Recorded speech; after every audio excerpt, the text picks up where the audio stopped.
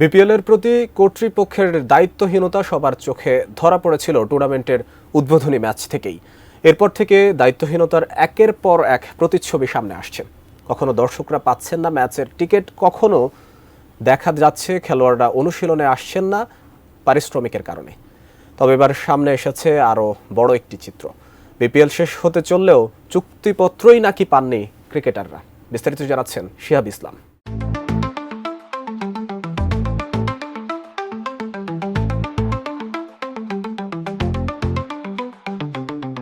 বিপিএলের উদ্বোধনী অনুষ্ঠান হয়েছিল এমনভাবে যেন এবারের বিপিএল ছাড়িয়ে যাবে বিশ্বের নামিদামি সব ক্রিকেট টুর্নামেন্টকে।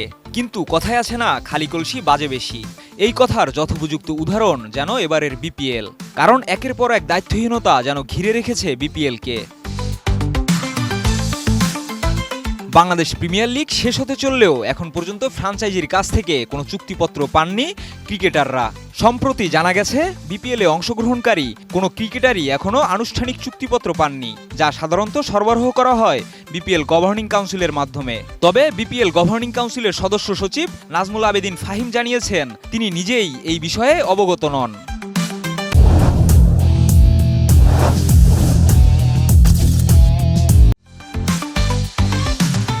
বিপিএল গভর্নিং কাউন্সিলের সদস্য সচিব নাজমুল আবেদিন ফাহিম গণমাধ্যমের সঙ্গে কথা বলতে গিয়ে বলেন, না, আমি এই বিষয়টি জানি না। ফাহিমের এই মন্তব্যের পর প্রশ্ন ওঠে, গভর্নিং কাউন্সিলের সদস্য সচিব হিসেবে তার এই তথ্য জানার কথা ছিল নাকি?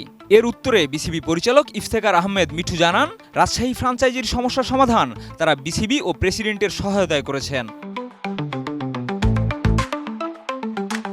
ফ্র্যাঞ্চাইজির ক্রিকেটারদের পারিশ্রমিক নিয়ে যে অভিযোগ উঠেছে সে ব্যাপারে বিসিবি ব্যবস্থা নেবে বলে জানিয়েছেন মিঠু। তিনি বলেন, যদি ক্রিকেটাররা অভিযোগ করে আমরা তা সমাধান করার চেষ্টা করব।